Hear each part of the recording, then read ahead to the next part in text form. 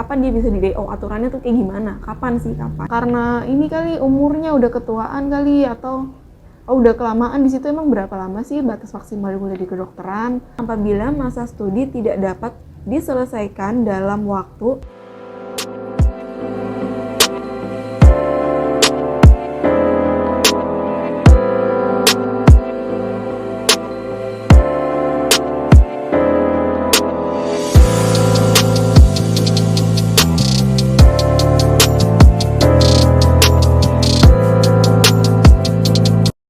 Halo, assalamualaikum. Apa kabar? Jumpa lagi bersama aku Noni, dan di sini aku akan sharing informasi seputar kedokteran, kesehatan, dan motivasi pendidikan.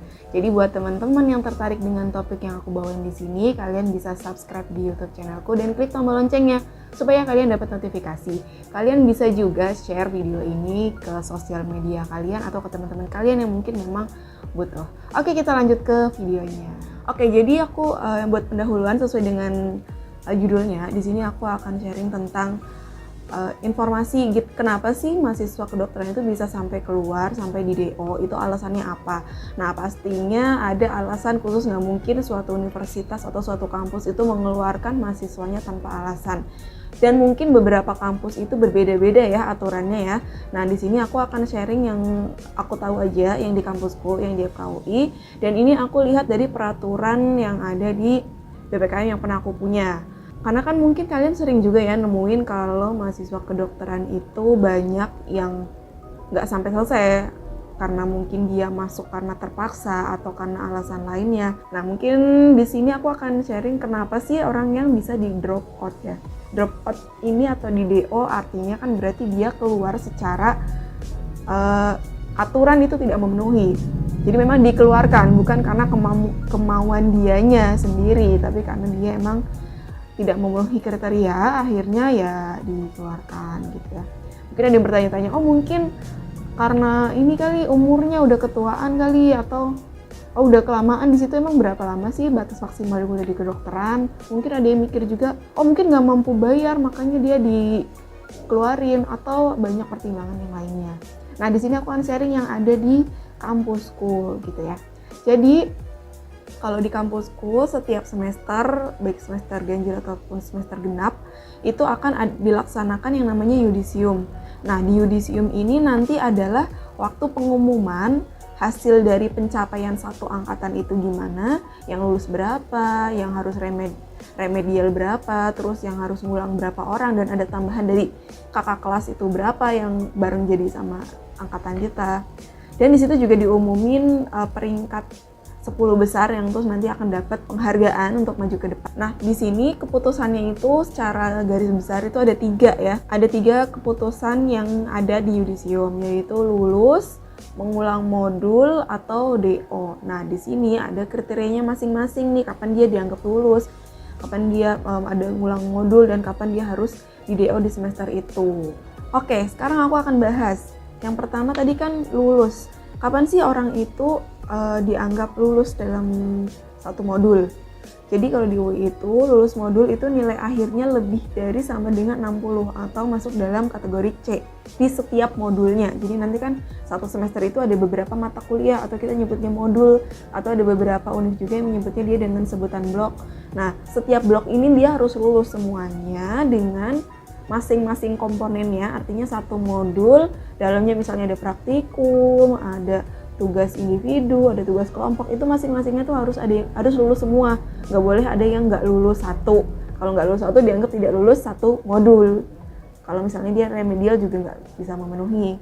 Jadi harus lulus semuanya dengan nilai akhirnya itu lebih dari 60 kalau nggak salah dulu ya. Nanti kalian bisa koreksi lagi dan bisa update lagi untuk info. Itu lulus modul. Terus yang kedua adalah mengulang modul. Jadi tadi kan lulus berarti kalau misalnya nilainya lebih dari 6 atau C, dia akan dianggap mengulang modul jika bila ada nilai modul kurang dari C. Jadi kalau kurang dari itu dia harus mengulang modul itu. Nah, sebenarnya kalau memang mahasiswa itu mengulang modul itu ada 2 pilihan.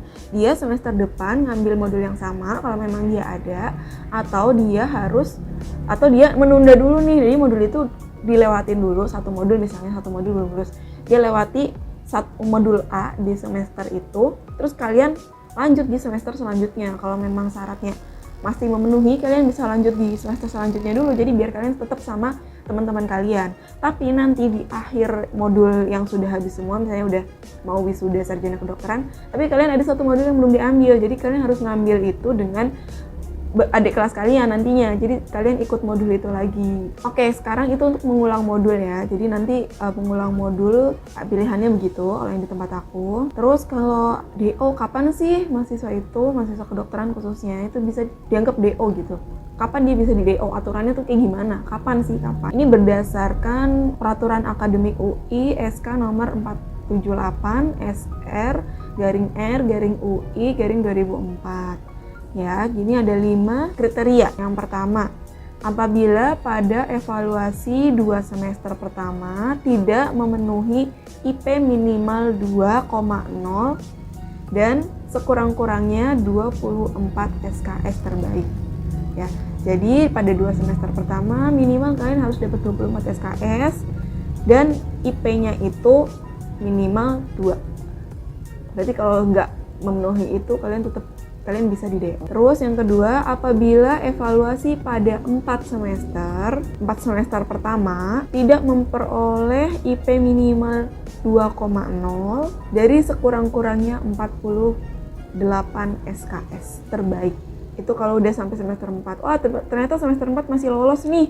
Oh, mungkin bisa nggak sih di semester 5 itu di DO-nya? Nah, jadi yang aturan ketiga, apabila pada evaluasi semester 8, yang pertama, semester 8 pertama, tidak memperoleh IP minimal 2,0 dan sekurang-kurangnya 96 SKS terbaik. Apabila pada evaluasi akhir masa studi tidak memperoleh indeks prestasi minimal dari beban studi yang dipersyaratkan dengan nilai terendahnya itu. Terus yang kelima, apabila masa studi tidak dapat diselesaikan dalam waktu 1,5 N gitu.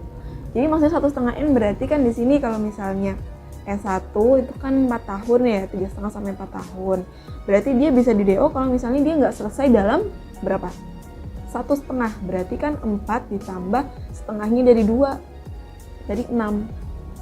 Jadi dalam 6 tahun, misalnya dalam 6 tahun ini ternyata dia nggak lulus, yang harusnya 4 tahun lulus, dia juga bisa terkena DO nantinya, karena masuk dalam kriteria putus studi atau drop out. Oh, jadi tetap walaupun kalian santai-santai, tapi kalian harus perhatian ini, jangan sampai kalian santai-santai terus nggak tahu aturannya, tiba-tiba ada pemberitahuan ternyata harus putus studi karena alasan yang kalian nggak tahu, terus kalian anggap enak lo jadi mahasiswa, karena kalau jadi mahasiswa, status jadi mahasiswa itu enak ngapa-ngapain, mungkin ada yang mikir kayak gitu juga. Jadi kalian harus tahu ini dulu, kalian harus pelajari peraturan di universitas tempat kalian kuliah.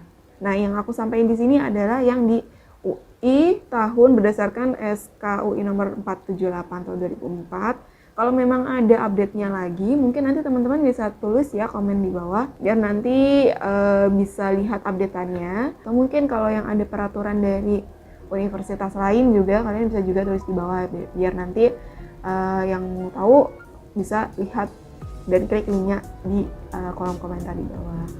Mungkin itu dulu ya yang aku sampaikan, semoga bermanfaat informasi ini buat kalian. Kalau memang masih ada kekurangan dan kesalahan, saya mohon maaf. Terima kasih sudah menonton. Sampai jumpa di video selanjutnya. Wassalamualaikum warahmatullahi wabarakatuh. Dadah.